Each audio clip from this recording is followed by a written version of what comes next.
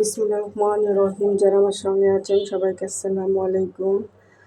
আরিশার টাকায় আবারও আইসক্রিম খাওয়া, আর যত কিছু তার প্রিয় খাবার আছে তার মধ্যে 1 নম্বর তালিকায় আইসক্রিম। এত নিষেধ করে করেও রাখতে পারি না, কখন যে খায়, মানে কিনে নিয়ে আসে। আর যখনই কিনবে বাবার মতো অনেক বড় মন, 3টা নিয়ে আসবে নিজের টাকা দিয়েই।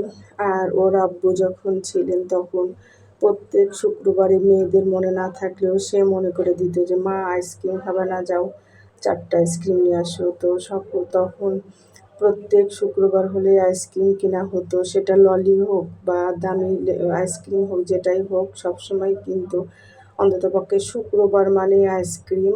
তো সেই জিনিসটাই মেয়ে ধরে রেখেছে, শুক্রবার হলে আর সহ্য হয় না আইসক্রিমের জন্যে। তারপরও কয়েকদিন অনেক নিষেধ করে বন্ধ করে দিয়েছিলাম, তারপরে আবারও কিনে নিয়ে আসছে।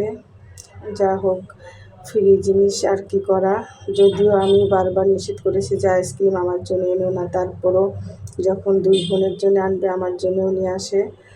আর মনটা তার অনেক বড় বাবার মতো। টাকার জন্যে তার কোনো টাকা তার কাছে তেজপাতা, যদিও 1 পয়সাও ইনকাম করে না, শুধু ঈদের যেই বোনাস পেয়েছিল সব পেটের মধ্যেই দিল। যা হোক, সবাই দোয়া করবেন আমার মেয়েদের জন্য। আল্লাহ হাফেজ।